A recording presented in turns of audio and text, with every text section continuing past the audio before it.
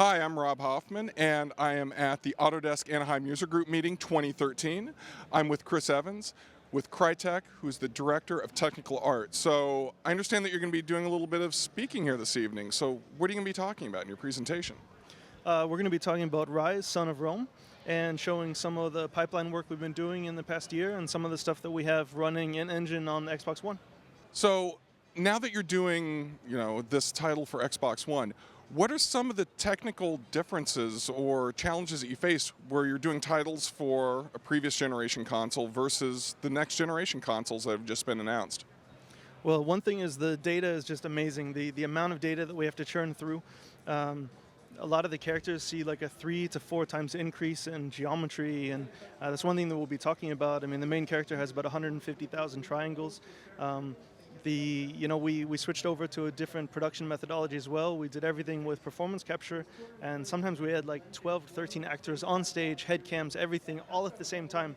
And then we have to make like the whole back end to ingest all of that data, and it's just been a pretty big project, but it's been a pretty good time. Microsoft's a really good partner, and they've been supporting us a lot, and it's just really interesting to see what next-gen hardware can do. Very nice. So the pipeline, what kind of tools are you using as far as Autodesk tools within your production pipeline? How are you using them? Well, RYSE is actually the first Maya project at Crytek, and we've been working on the Maya pipeline for about a year and a half, and that's one of the things that we're going to talk about today. And back in Frankfurt, we have some of the best tech artists in the industry, I think, but I mean, at least the best tech artists at Crytek, because we have quite a few studios. Go Frankfurt.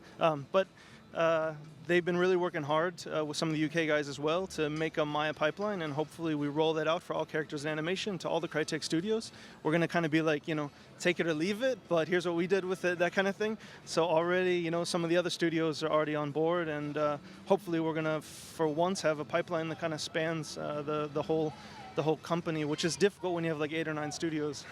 Very nice. So is this your first time at an Autodesk User Group meeting? No, it's not. When was the last one you were at? I have no idea. I work for ACM. It's like I've been working for SIGGRAPH for 13 years, so I don't know. But I did see Bingo inside, and Bingo, like I met Landreth in '98, and that was like, that changed my life. I'm from Florida, and that was in Orlando in '98, and I saw that, and that was my first taste of Maya.